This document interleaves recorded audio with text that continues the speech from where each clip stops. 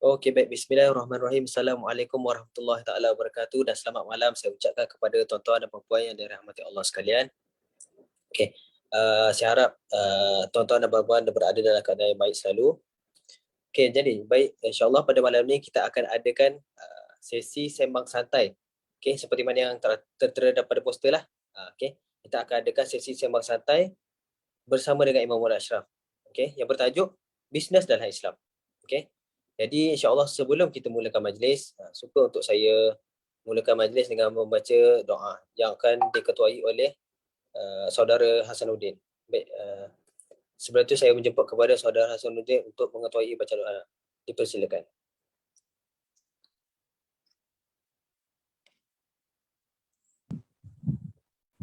A'udzubillahiminasyaitonirrajim. Bismillahirrahmanirrahim.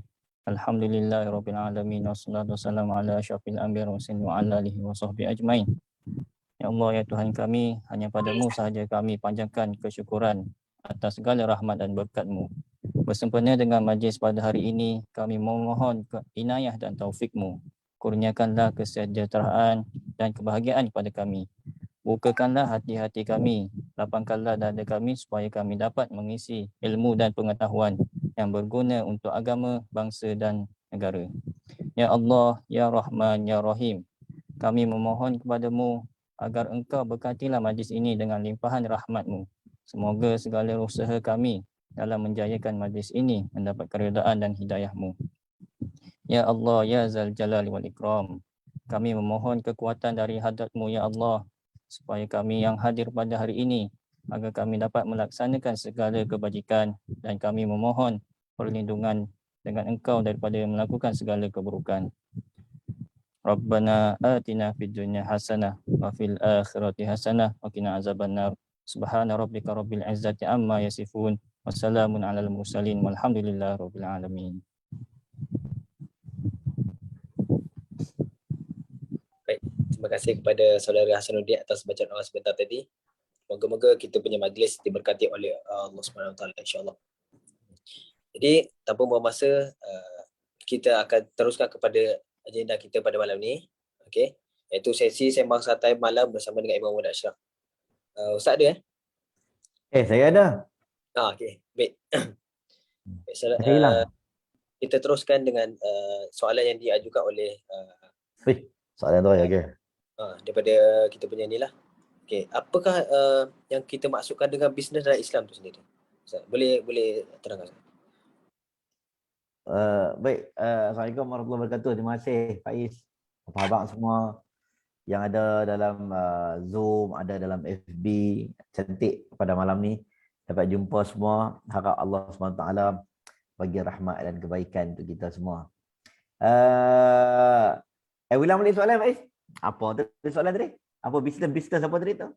Okey, bisnes ya. Okay. Kalau macam yang tajuk Ustaz tadi kan, yang kita dah ni kan. Okey. Apa yang kita dapat definisikan secara detail apa maksud bisnes dalam Islam?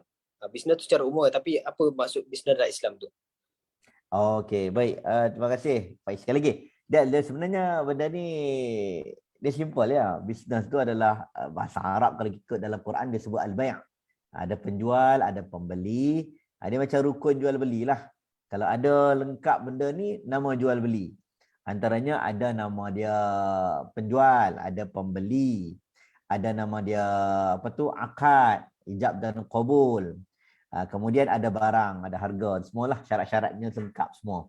Jadi jual ni adalah, jual beli ni maksudnya ia ada satu barang, kemudian dia tukar dengan satu barang yang lain, sama ada dengan nukut, dengan duit, ringgit, ataupun dengan satu barang yang lain, asalkan tidak ada nilai yang sama. Seperti contohnya menukar emas dengan emas, menukar gandum dengan gandum, garam dengan garam, sebab dia tidak tahu mana beza, mana grade A, mana garam grade A, mana garam grade B. Tapi kalau kita tukar baju, tukar dengan duit, itu nampak ada perbezaan, dua benda yang berbeza.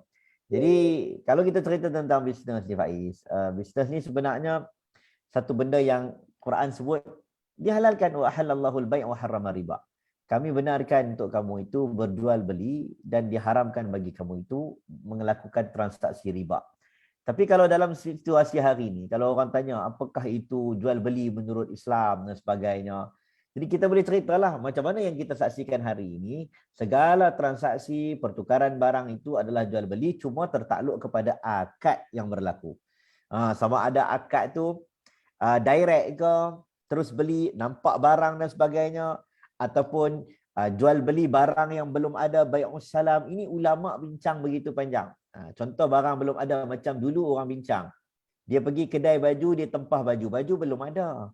Tapi dia pergi tempah baju. Boleh tak boleh? Ulama bincang isu ini. Sebab barang tak ada. Dulu ulama bincang, boleh tak kita jual ikan dalam kolam? Kan kita katakan, saya jual ikan dalam kolam ini. Ada 100 ekor ikan. Yang nak beli tu tak tahu, tak boleh kira. Betul ke 100, melainkan selepas cedok. Jala ikan baru boleh nampak. 1 ekor, 2 ekor, 3 ekor, 4 ekor sampai 100. Okey 100. Kalau ikan mati senang kira, tapi ikan dalam kolam, dulu ulama dulu bincang macam tu lah. Contohnya ulama dulu bincang, saya menjual burung merpati ini. Kita pergilah tengok burung merpati. Mana burung merpati ni? Rupanya burung merpati tu terbang.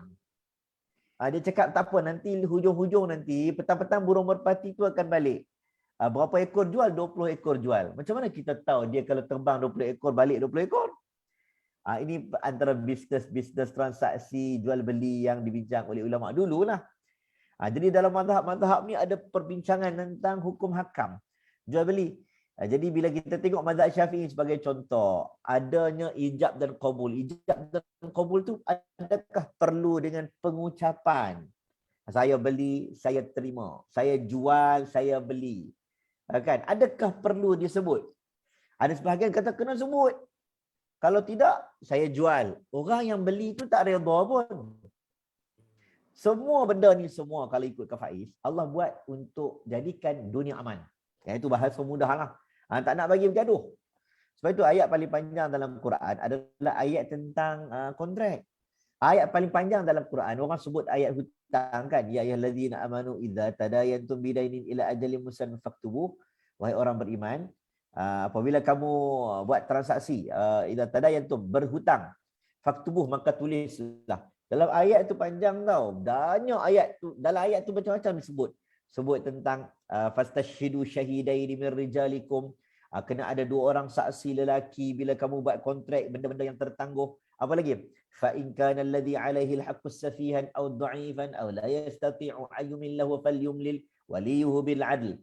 Macam mana transaksi jual beli pada orang safih, orang yang tak cerdik. Bayangkan kita nak buat kontrak tapi kawan kita tak reti langsung buat perjanjian.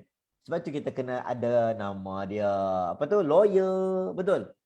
Ataupun kita buat transaksi, boleh tak jual beli dengan orang cacat, orang pekak?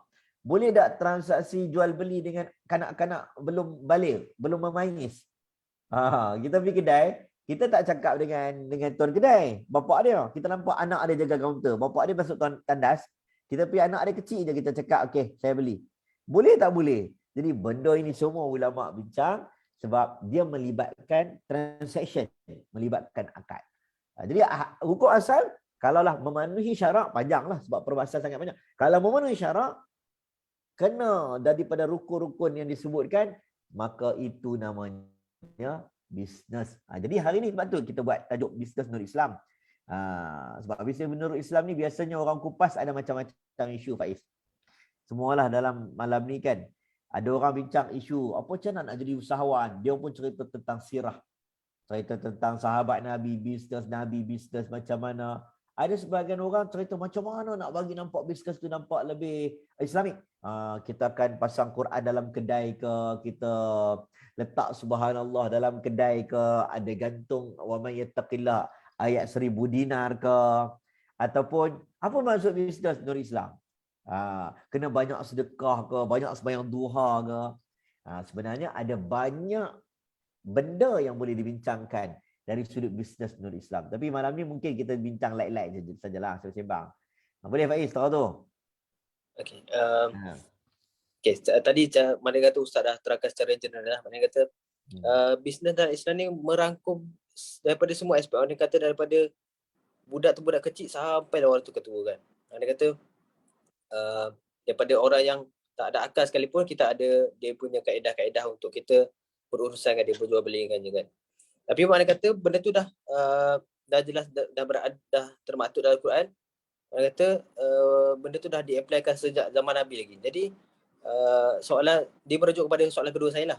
Macam mana zaman Nabi dan juga para sahabat tu dia berurus niaga dan dia ni berbisnes. Maksudnya kita cerita sikit lah cerita sikit tentang gambaran macam mana sahabat Nabi dan Nabi bisnes lah. Itu maksud dia. Betul. Okay, okay, baik. First kali saya sebut, sebelum kita cerita sahabat Nabi berniaga, banyak sedekah, yang ramai orang suka cerita. Kalau orang nak cerita tentang bisnes sahabat ni, orang akan sebut, sahabat Nabi banyak sedekah, tengok macam mana bisnes dia maju. Ada juga sahabat Nabi yang dilarang untuk bersedekah, dia sedekah sampai bankrupt. Ada.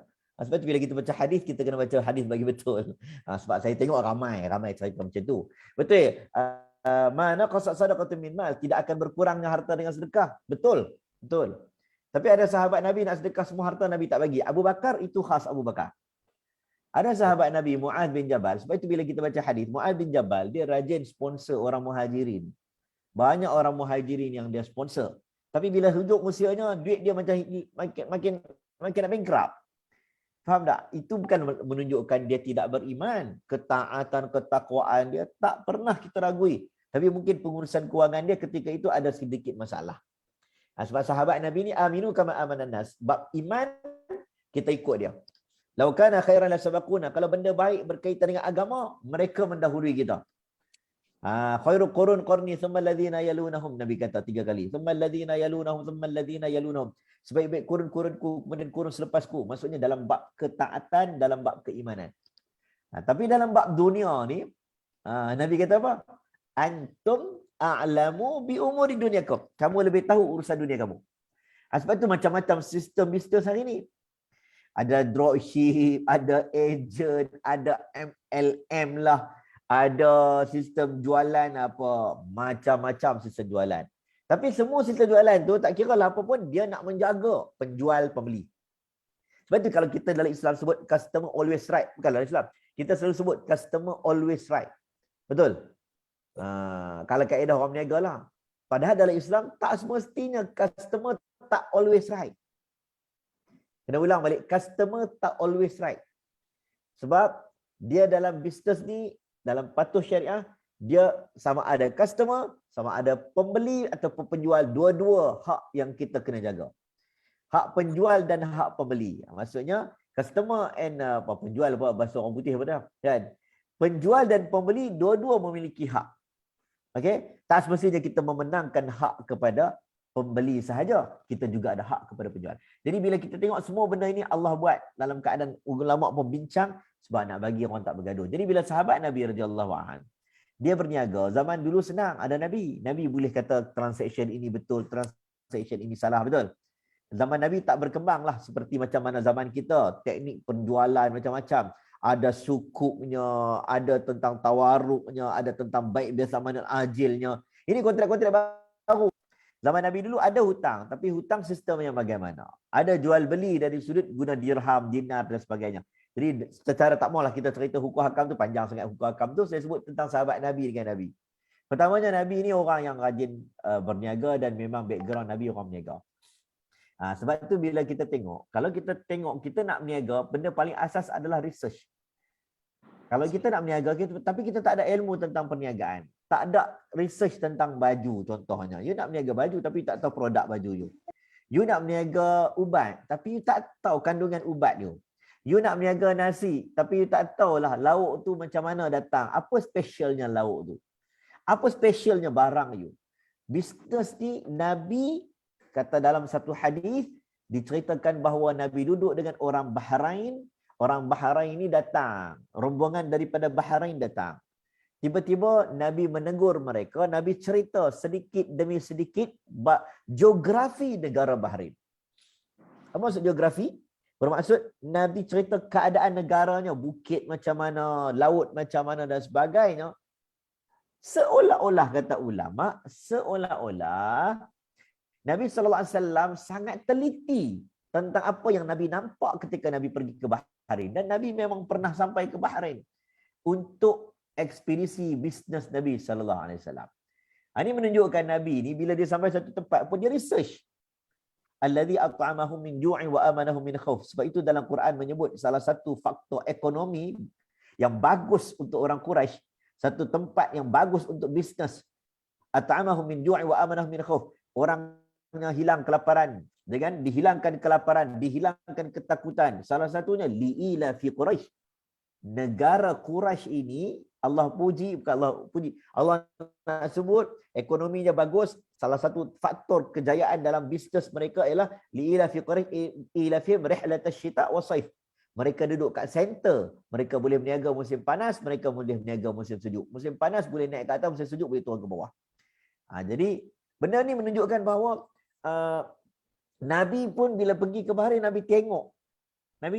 Jadi bila kita nak bisnes, first kali kita kena ada maklumat yang detail tentang bisnes yang kita buat.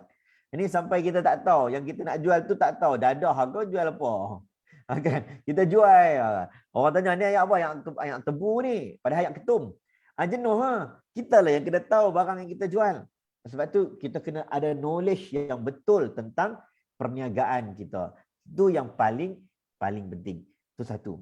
Nombor dua, Nabi dan sahabat-sahabat Nabi, mereka berniaga ni, mereka first kali bila cerita tentang berniaga ikut sunnah. Bila orang sebut niaga ikut sunnah, apa maksud ikut sunnah? Sunnah ni dia ada dua. Banyaklah, bukan dua. Sunnah ni ada macam-macam. Sunnah yang Nabi tasyri'iyah, sunnah yang Nabi syarakkan kena buat. Sunnah itu, ini sunnah. Sunnah ni apa Nabi buat, apa Nabi cakap, apa Nabi ikrarkan, itu sunnah. Betul? Tapi kalau dalam sunnah Nabi, ada perbuatan Nabi yang ulama kata ini sunat. Orang Melayu kata sunat. Buat dapat pahala, tak buat tak dapat apa. Ini sunat. Betul? Ada sunnah yang Nabi buat, ulama kata wajib. Contoh sunnah Nabi solat. Ulama bincang sunnah Nabi solat. Tapi sunnah tu level apa? Dengan nas-nas, ni wajib. Macam solat lah. Ada 13 rukun, kan? Siapa yang sebut 13 rukun? Nabi tak pernah sebut 13 rukun. Tetapi ulama melihat ada benda yang Nabi cakap kalau tak buat, tak sah. Contohnya, la salata liman lam yaqra' bi Fatihatil Kitab. Tidak sah salat dengan tidak membaca Al-Fatihah. Jadi ulama masuklah, kalau tak sah ni kena jadi rukun. Masuk rukun yang keberapa, iaitu baca Fatihah. Tapi kalau Nabi pun mengangkat tangan, takbiratul ihram, Allahu Akbar, sunnah juga. Jadi ulama bincang, Nabi angkat tangan ni sunnah. Sunnah ni kalau tak angkat tangan, Nabi hanya takbiratul ihram dengan tak angkat tangan, Allahu Akbar dengan sebut. Jadi sebut tu wajib. Okey, takbiratul ihram sebut wajib, angkat tangan sunat. Dua-dua sunnah, tapi satu sunnah wajib, satu sunnah yang sunat. Jadi bila kita cerita tentang bisnes menurut sunnah, janganlah kita skip cerita yang bab sunat. Kena cerita yang bab wajib tu dulu. Apa benda yang wajib? First kali kena patuh syariah. Okey, patuh syariah. Apa maksud patuh syariah? Sebab tu patuh syariah ni macam-macam. Transaction jual beli kita. Barang yang kita nak jual tu macam mana? Kita guna sistem dropship tu patuh syariah, tak patuh syariah. Number yang kita terterakan itu number yang betul ataupun tidak. Barang yang dijualkan itu ada tak penipuan dalam penceritaan barang? Exaggerate banyak sangat tak tentang produk kita? Exaggerate tu maksudnya ditambah-tambah cerita lebih best lah. Kan? Testimoni palsu ataupun tidak? Yang tu pun menjadi persoalan. Okey, dalam hari ini macam-macam. Kita boleh tengok kalau kita nak berniaga, kita nak buat pinjaman dengan kawan kita, kita pakai kontrak apa? You buat kontrak musyarakah ke mudharabah ke, you buat ikut suka, you buat ikut dan. Okey, pinjam RM50, nanti aku bagi kat hang lah RM100. Itu awal-awal lagi dah riba.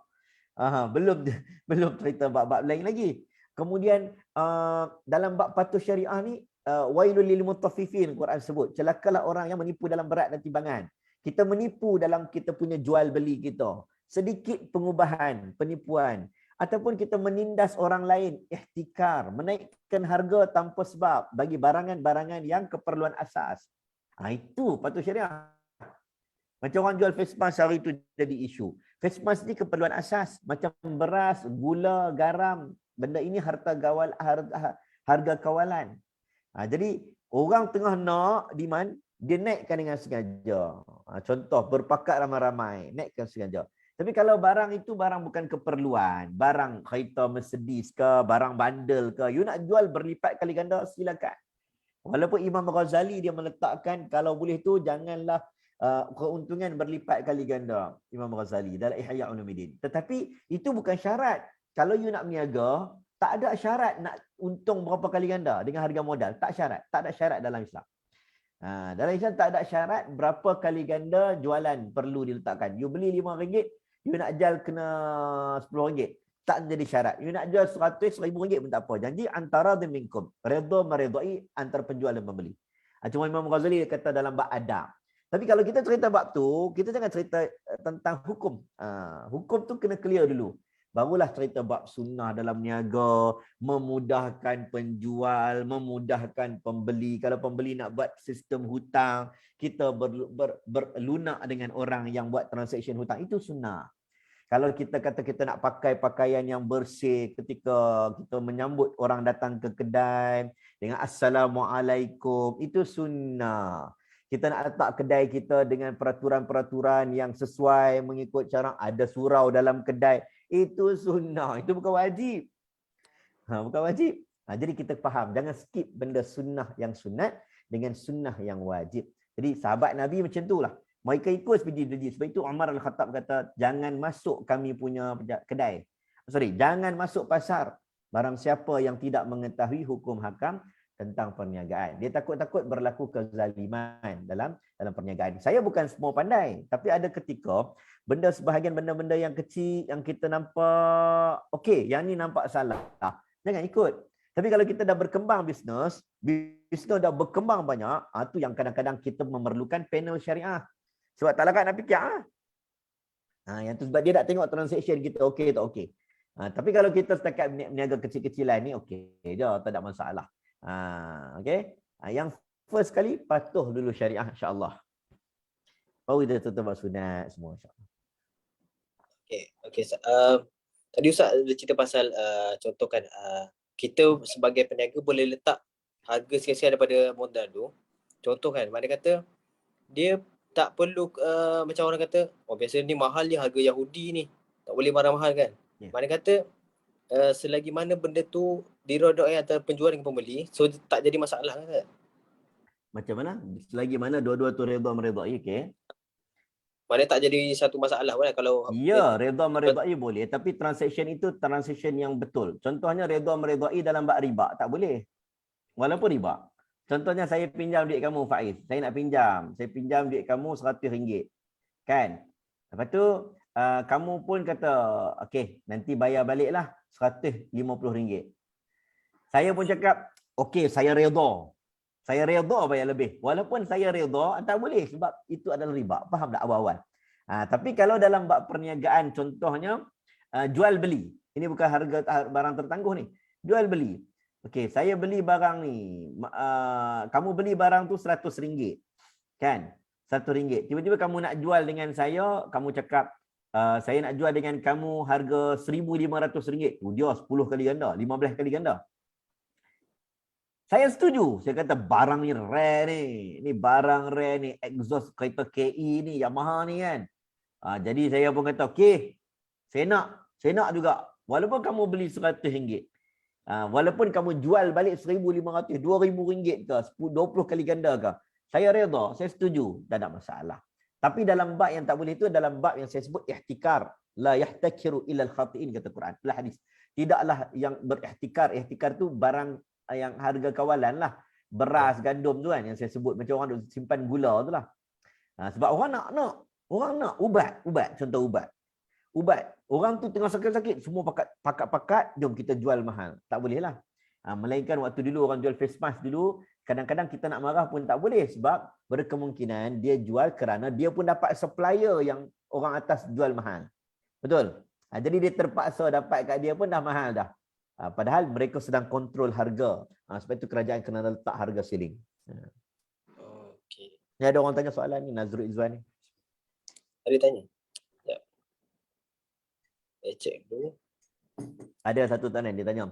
Setiap perniagaan mesti ada pesaing. Of course.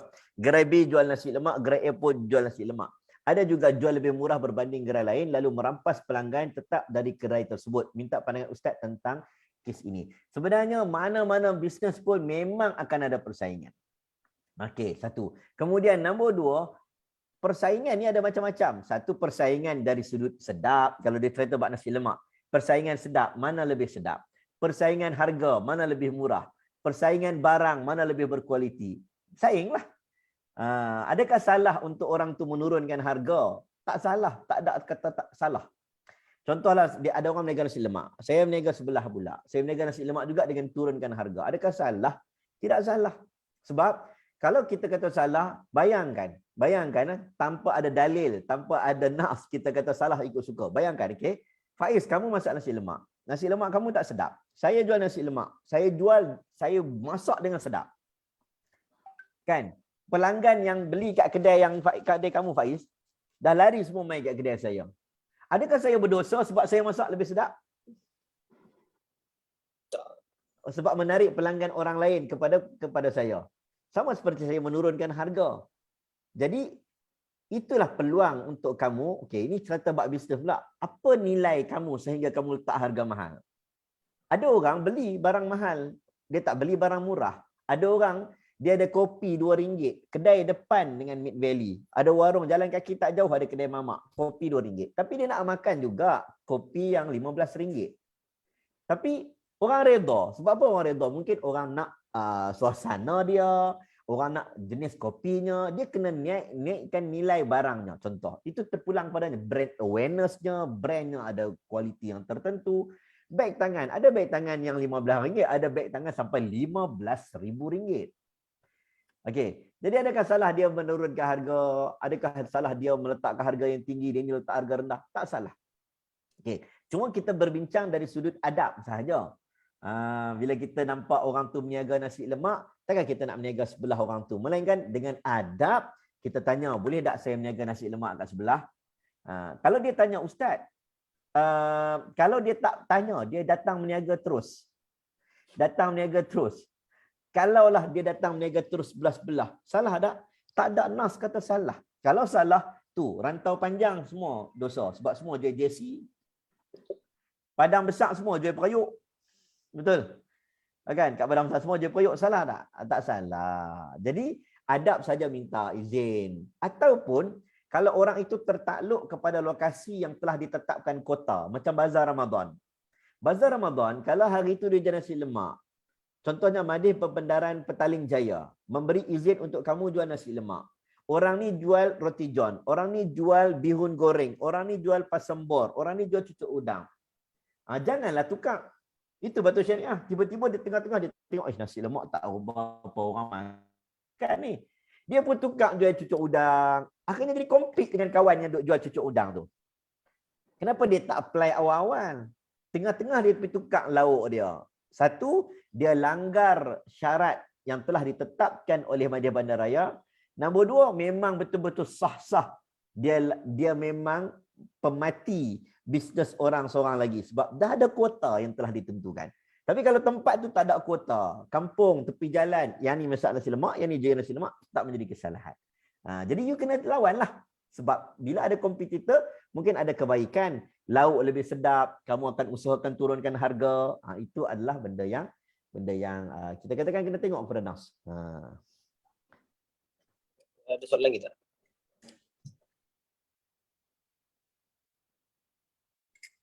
Ni bisnes, ni lakukan Rasulullah. Rasulullah bisnes tak ada kata, bukan kata tak ada rugi.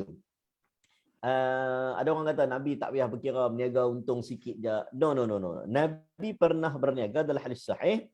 Ada orang yang Nabi tawar, siapa nak beli barang ini? Ada orang kat tangan, saya nak beli dengan 1 dirham. Okey, Nabi tanya, siapa lagi nak beli barang yang aku nak jual ini? Ada seorang kat tangan, saya nak beli dengan 2 dirham. Nabi jual kepada siapa? Yang nak beli dengan 1 dirham ke nak beli dengan 2 dirham?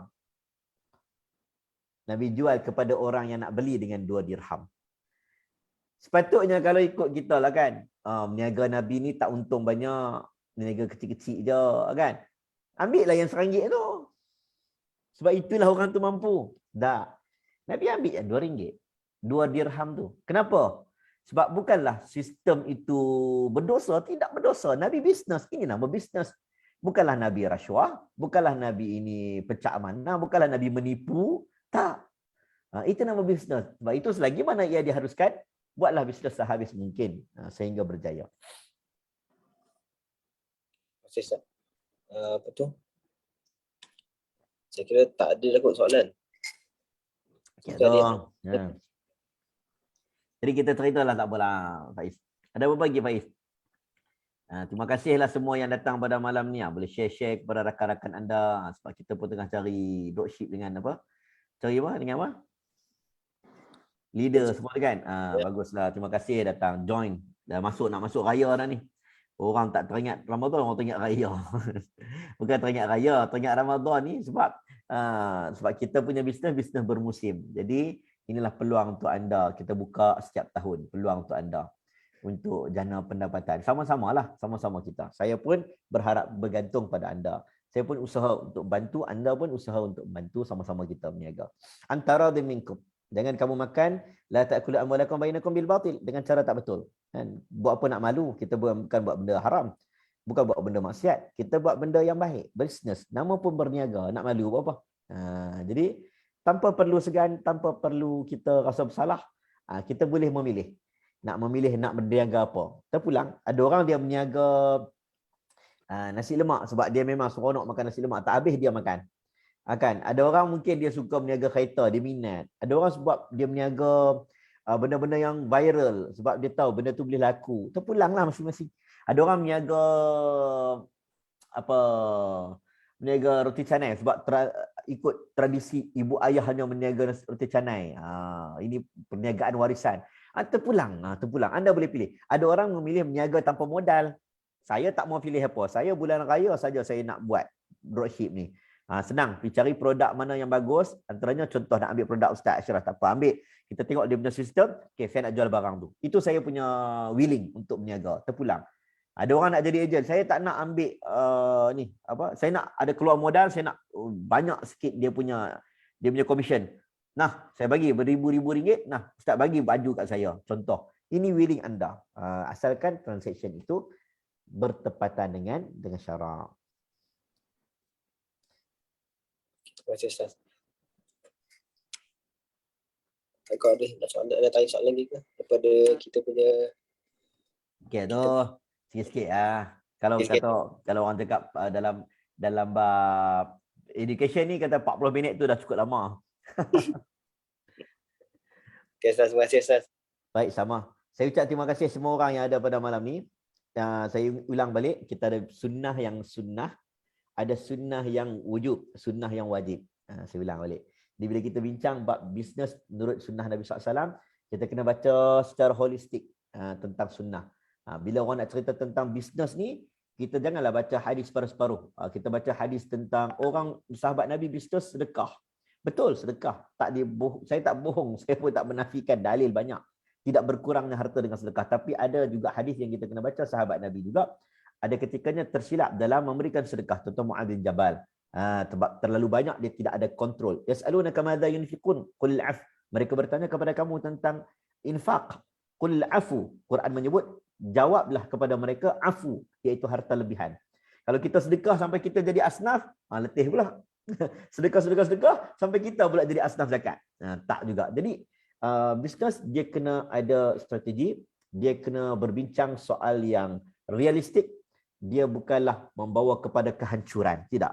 Sahabat Nabi, kesinambungan mereka, keintelektualan mereka dalam bisnes menjadikan mereka hebat, tapi mereka tetap taat pada perintah Allah. Jadi kita faham patuh syariah tu dulu. Lepas faham patuh syariah, baru kita akan bincang soal sunat-sunat, macam mana kita nak berbaik dengan orang dalam berniaga, pergunakan perkataan yang baik, bila nak balas mesej macam mana, bila ada dropship lain buat iklan beli ads, kenapa? Boleh tak kita komen kat bawah? Kan tak ada orang tu beli ads, kita komen kat bawah. Dapatkan daripada saya pun dropship juga. Kesian kawan tu beli ads, kita pergi komen kat bawah. Kan? Kemudian kalau orang tu contohnya orang tanya soalan, kita pun jawab dengan baik. Kita tak merendahkan peniaga-peniaga yang lain. Kita meninggikan kredibiliti barang kita tanpa merendahkan produk yang lain, mengiklankan barang kita tanpa menjatuhkan barang orang lain. Itu semua antara sunnah-sunnah dalam perniagaan. Allahu a'lam bishawab. Terima kasih semua yang ada pada malam ni, insya-Allah. Siapa nak tahu apa lagi, apa Ashraf nak bagi apa lagi? Tanya Faiz tu. Faiz tahu. Baik, insya-Allah terima kasih atas soalan yang diajukan oleh kita punya penonton. Okey, kita pergi kepada sesi seterusnya, iaitu kita nak cerita tentang Kickstart Raya. Kickstart Raya mana kita akan tawarkan pelbagai kita punya tawaran-tawaran yang mana kita buka dropship yang mana dropship ni tak perlu pegang stok pun. Tak perlu pegang stok, tak perlu keluar modal. Just daftar saja dengan kami. WhatsApp di nombor admin 019 359 8210. Okey, saya ulang sekali lagi, 019 359 8210. Okey. Jadi dropship ni senang aja. Tak perlu pegang modal, tak perlu keluarkan stok, tak perlu pegang, hanya perlu daftar saja dan urusan key in order apa semua HQ akan settlekan. Okay? Jual ya. Jual ya. Store pun tak payah simpan baju. Kami semua simpan baju. Nak bungkus pun tak payah. Ambil order, terima order, key in macam tu. Okey. Kan? Yang postnya kita, yang balutnya kita, yang bungkusnya kita. Barang nak simpan banyak-banyak, tak payah ambil dulu. Kadang-kadang kena ambil dulu berapa lay baru boleh jual. Tak, itu ejen. Tapi kalau macam dropship leader ni semua, duduk kat rumah pegang handphone sahaja. Berbekalkan handphone. Contohlah ayat dia kan. Dengan handphone saja insya-Allah. Tapi nak tambah duit sikit modal beli ads itu lebih bagus. Tapi kena pandailah, kena belajar teknik beli ads insya-Allah. Saya tambah aja Faiz, sorry. Apa? Kemudian kita akan buat bukan sahaja kita bagi free pendaftaran, kemudian kita akan bagi kelas percuma lagi. Kelas percuma free marketing. Kita bagi copywriting percuma. Kemudian kita bagi yang mana nak buat startup Shopee, contoh macam kata nak buat online shop lah. Mana kata tak perlu keluar modal pun. Buat online shop, masukkan data-data apa semua. Kemudian proceed kepada order. Kan? Boleh terus PM pada HQ, kemudian HQ akan uruskan semua sekali. Okey. Okey, sekali lagi saya nak ingatkan, yang baru join, terima kasih yang baru join pada malam ni. Okey, yang mana nak join, nak tahu lebih lanjut tentang sistem dropship dan sebagainya, boleh terus PM admin sekarang. Ataupun lepas ni pun tak apa. Habis ni terus PM admin. Di nombor dia adalah 019 359 8210. Okey. Okey, baik. Saya kira ini saja yang kita dapat simpulkan pada malam ni. Okey, Ustaz, biasa kita dengar hadis yang 9 daripada 10 punca rezeki tu dapat daripada berniaga. Macam mana tu Ustaz? Hadis tu tak kuat sebenarnya tu. Mana kata hadis tu apa tu? Saya bukan pakar hadis lah. Saya bukanlah kata ulama hadis lah. Tapi kita hadis tu masyhur, tapi saya hasil pembacaan, tengok kan dengan berguru 2-3 orang bincang, hadis itu tak kuat, dhaif. Tak ada masalah pun, cuma maksud tentang berniaga itu bagus, sangat banyak hadis tentang perniagaan. At-tajir saduq, peniaga yang benar akan bersama dengan Nabi sallallahu alaihi wasallam dalam syurga. Ada lagi banyaklah cerita tentang peniaga-peniaga zaman Nabi ya. Sahabat-sahabat Nabi yang berniaga, sebab antara perniagaan yang bagus, kalau Imam Nawawi dia kata perniagaan daripada pekerjaan daripada hasil titik peluh sendiri, usaha sendiri. Sebab tu dia sebut orang yang turun ke laut, orang yang tanam pokok, petani, ini antara peniaga-peniaga yang baguslah, ataupun pekerjaan-pekerjaan yang bagus. Bermaksud orang yang berniaga sebab dia bertawakal kepada Allah. Hakikatnya tak ada merendahkan orang lain, yang makan gaji pun tak rendah kedudukan berbanding orang berniaga. Yang niaga tak ada. Semua asalkan you dapat duit dengan betul. Cuma dalam hadis berkenaan 9 daripada 10 punca rezeki adalah datang daripada hasil perniagaan. Hadis itu tidak kuat, tetapi dia memberi signal kepada kita banyak juga benda yang kita dapat, hasil daripada bisnes. Kadang-kadang berlipat kali ganda. Maksudnya makan gaji mungkin limited. Tetapi kalau bisnes dia unlimited. Cuma bisnes itu dia ada tanggungan risiko. Mungkin bulan-bulan lain you untung berlipat kali ganda. Yang makan gaji banyak tu lah. Tapi bila mai COVID 2 tahun, yang untung berlipat kali ganda tu terguling berlipat kali ganda lah. Sebab itu tanggungan risiko lah. Benda yang logik untuk kita faham. Okey, boleh Pak Faiz? Boleh Ustaz. Ya, Okey, insyaAllah. bermaksud sini apa yang kita dapat simpul adalah berniaga ni apa orang kata, berniaga apa-apa pun sekalipun, kan mana kata tak salah kan, selagi mana benda tu berada dalam panduan garisan panduan syarak kan yang Yalah, ditetapkan. jangan jual orang. Jangan jual dadah, tak boleh lah.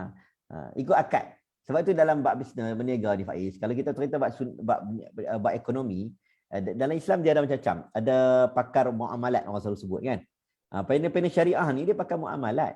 Muamalat ni apa dia? Dia banyak transaction tentang akad. Akad boleh tak boleh. Okey tak okey. Tapi dalam bab nak mengembangkan bisnes, kita tak perlukan orang ini. Kita tak memerlukan orang nama pakar muamalat, pakar akad, tak. Kita memerlukan orang iktisad, orang ekonomi, orang bisnes, mengembangkan bisnes, nak buat begini. Tapi bila dia nak buat, dia kena undur belakang sikit, cek balik. Aku nak buat benda ni, apa kata panel syariah? Apa kata syarak? Boleh tak boleh? Oh boleh, baru dia jalan. Sebab tu dia kena ada dua lah. Kena faham. Satu tengok kepada hukum, satu lagi kita kena tengok kepada kebijaksanaan, kecerdikan sahabat Nabi. Sahabat Nabi ikut hukum dah. Ikut hukum dah, A to Z ikut hukum. Tetapi dalam bab kecerdikan, kebijaksanaan macam Abdul Rahman bin Auf yang bagi sahaja tapak pasar, lot sahaja. I bagi kat you lot peluang niaga. Bagi peluang niaga, bagi lot sahaja, tapi dia boleh pergi lebih jauh. Lagi berlipat kali ganda kekayaan. Suhaib Ar-Rumi, macam mana sahabat Nabi ini berniaga. Kita boleh tengok tentang Zubair Al-Awwam. Ini ada orang yang buat property, ada orang yang buat hartanah. Sahabat Nabi, macam-macam. Macam ramai sahabat Nabi macam niaga.